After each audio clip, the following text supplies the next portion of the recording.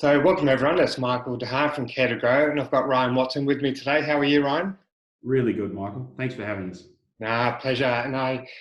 Ryan's the founder and CEO of Tribeca Financial, and you've been running the business for well over 10 years.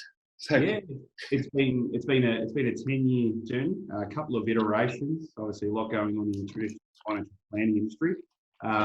Really enjoyable, and we're growing an advice business that's truly client-centric. And I think I connected with you through an article that you wrote, and I'm going to say around 18 months ago, and it was around this sort of well-being, and I actually look in the financial planning industry, and I think it's a new buzzword.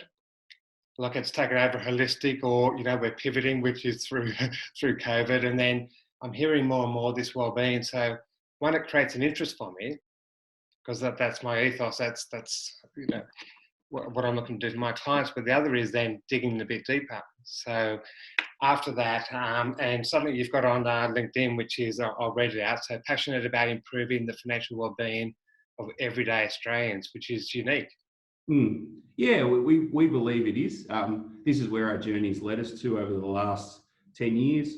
Frustrations with traditional financial planning, choosing a growth mindset to the positive. So for us, we channel all of our efforts through our brand promise, My Good Life. So why that's really important to us, it's about what's important to the client. A non-traditionalist model, don't worry about keeping up with the Joneses. What do they truly want in life? And partnering with someone like us, we can give the confidence to execute that. So you run My Good Life into what financial well-being means for us. So security and freedom of choice. If we can help our clients along the journey and they have that sense, that goes a long way to being true, having a great sense of financial well-being and therefore being able to define and live their good life. So that's our business is centered around that. I can ask you a question, and I look after a lot of clients, and when you talk about what does that great life look like, and a lot of times they can't answer that. Yeah. Which again, that's because we're on this sort of treadmill, so to speak, or we've lost that passion and we've lost that what brings us joy. So I'd be interested in sort of how you take clients through that process. Yeah, absolutely. And we see the same thing, Michael, when prospective clients come to see us, and we use a treadmill or an escalator. People get on this life's journey of school, potentially university or trade qualification, mortgage, marriage and the like. And they might come to a point in their life where they consider, well, what do I really want? So for us, we love seeing people who are at that positive fork in the road.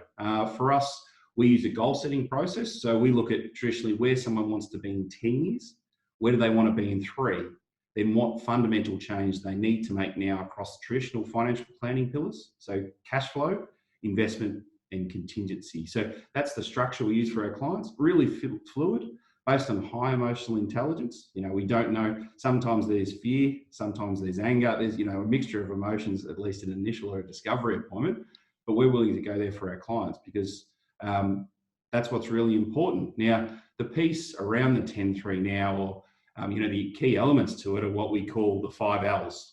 So live, love, learn, legacy, and laugh. So they're the things that we really like to explore with our clients.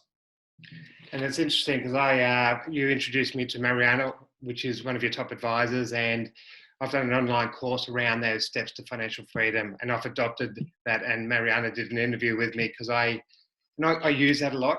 I have pinched it off you, but no, great. No, it's out in the and we got it from other advice firms, and we've adapted it our own way. So we're really glad to hear that. Yeah, and again, I use it. I speak with women groups in particular, and taking the sort of mindset off money, and again, what brings you joy.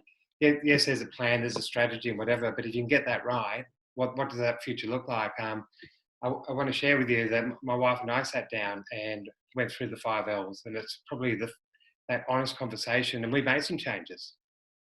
It genuinely, obviously, as you can see, brings a smile to my face. This is why we're here. We want more people to live their version of a good life, not retire at age 67 with $1 million in superannuation. It's don't worry about what the Joneses are doing. How about help define what their life? We often see people start off on that life journey, but they don't know whether they're heading to Brisbane or Perth. We often use that analogy as well. So before we start the journey, how about we define it, at least with a framework, and things change over time, and that's okay too.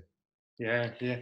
So what made you sort of bring that ethos into your business, or have you always had that by the sounds of it? But We've always philosophically had it, Michael, yeah, but it was about the years of re-engineering and defining it. It was, truth be told, it was born out of frustration, large, somewhat self-interest in the financial planning industry, and it was client-centric is what it's all about. How do we add value to clients, both in a quantitative and a qualitative sense? So they pay us a fee. How do we improve their financial position? But also that qualitative side, so the freedom of choice and the security as well. So years of work and reiteration and defining that through brand promise, through new and existing client engagement, through using our financial wellbeing matrix that we do with clients that we talked about there before, and rating them. They rate themselves on specific areas, and right. a part of that process, Michael, we find interesting is if we're working with a partnered couple, we get them to individually rate themselves, across cash flow and investment and a few other things, and then we look at where are the outliers, and then we, in a very kind sense, we drill into that part of the conversation. It's really interesting, and often we don't know where it's going to end up, but we're happy to go there. Yeah, interesting you bring that up, because I sort of dealing with couples, so they've all got their own values around money. They've all got their own money story and their beliefs and behaviours. So good work. It's not always easy. No, it's not. And I know, from the work that you do, Michael, and the money scripts piece, and really, relationships that people have with money, and largely they're probably subconscious and they don't know why. So Yeah. we're a big business for growth mindset, learning, and understanding. So if we can help our clients have some light bulb moments, it makes it all worthwhile. Yeah, no, I totally agree. No, I wanted to share with you. So I was dealing with a woman, single mum, and she's got a few kids, and she didn't have a great relationship with money, and she was on a really good income in the corporate world, financially stressed. Went into a financial planning business, and they just said, you haven't got a lump sum, call it $300,000 to invest. We can't help you. And she left in tears. And I shared that story on LinkedIn and just put that out there, because that's what I wanted to change. That there's got to be somewhere, a pathway for someone like that to go to improve her relationship with money and build her future and the future of her children. So exactly right. And the cultural commonalities, Michael, between the way you do things and us at Tribeca is it's this coaching aspect. So it's the client's journey. How do we help them define it and make it clearer where we can? And then it's the coaching along the way. We're not personal trainers, so we don't lift the weights for the clients. They've got to do some heavy lifting, but we are genuinely in it with them, and we metaphorically stand beside them. And we're here to help. And people make mistakes and don't get it done. That's okay too. Full acceptance, and it is a journey. High resilience. Yeah. And one thing that caught my eye as well is this sort of employee financial wellness. Again, not one of my passions. Yeah. So there's a real resonation there. And for me, it's been a little bit greedy, going into a business and they might have 2,000 employees or 5,000 employees. You can help more people. Yeah. But that's where it sort of comes from for me. So what sort of work are you doing in that space, or what?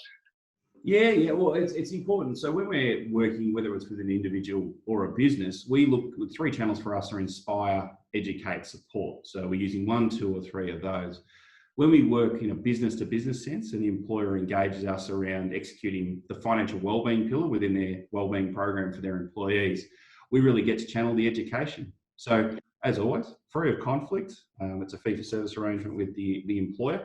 And we go in there, and it's a larger education piece around the traditional engagement model. So we'll do, traditionally we work over a year. It's a 12-month engagement. Yeah. We'll do 4 pieces of work, generally in lunch and learns and the like. We can do them online.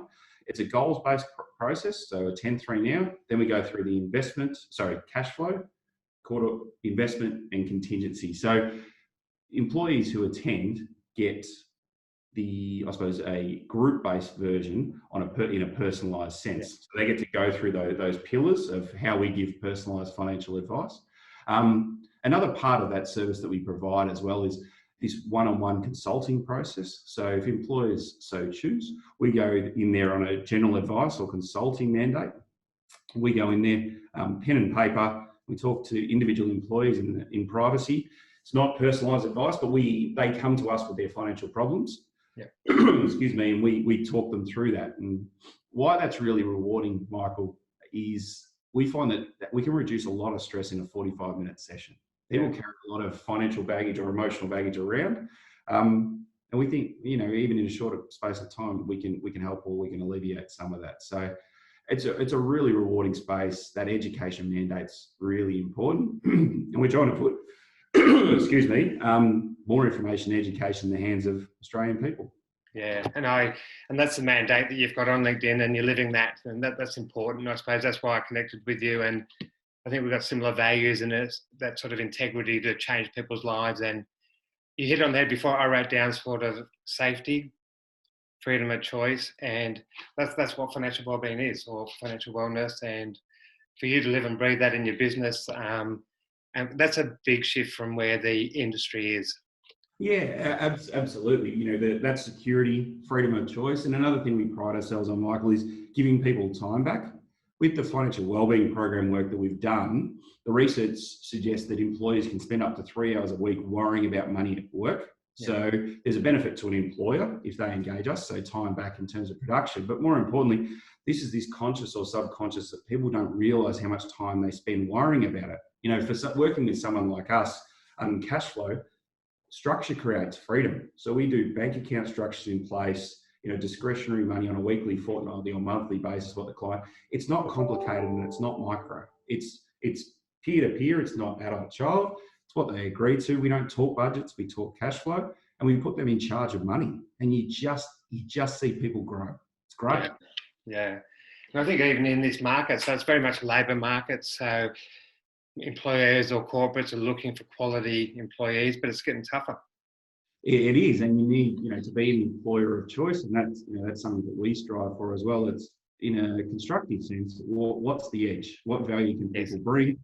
For us, Tribeca, we're moving to a 4-day work week from next Monday, actually. So, it's incumbent upon us, Michael, to be living a good life as well. So we're challenging ourselves about work processes and how can we do that.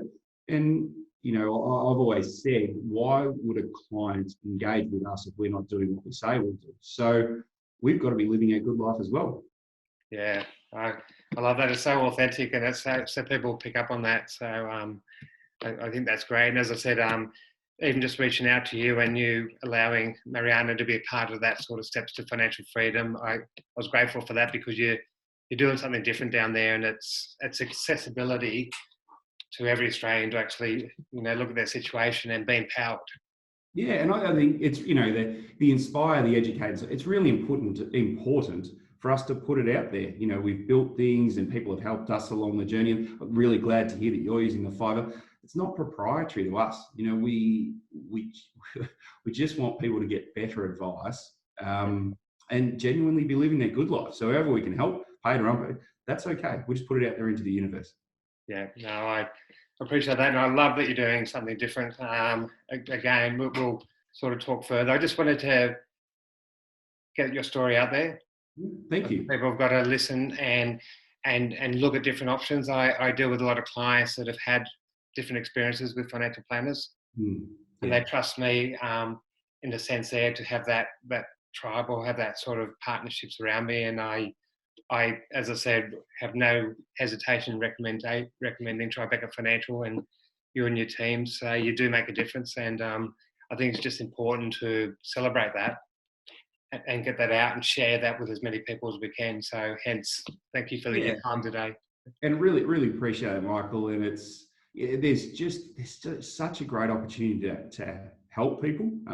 Industry is shrinking. It's how do we get the education in the hands of more people? And we only have a finite amount of time on this. So how do we get people enjoying it as opposed to, working too much and worrying about money? So we have a noble purpose and we really enjoy what we do. And we don't focus on the conditions. We just focus on the decisions that we can make. So, yeah. So again, thank you for your time. You've added so much value. I'm looking forward to actually getting this out to the community. And again, people will look at that, and it's always just adding value. Yeah, fantastic. And if in any other way, I know that Michael, Mariana caught up with you in Sydney, and I'm supposed to be up there in late July. So maybe we can, if that happens, obviously with the board, we would love to continue, the relationship and add value wherever we can, tools we're developing, and add value to your community as well. I appreciate that. Very gratitude to you, and keep up the good work. Thanks, Ryan. You too, Michael. Cheers. Okay, bye.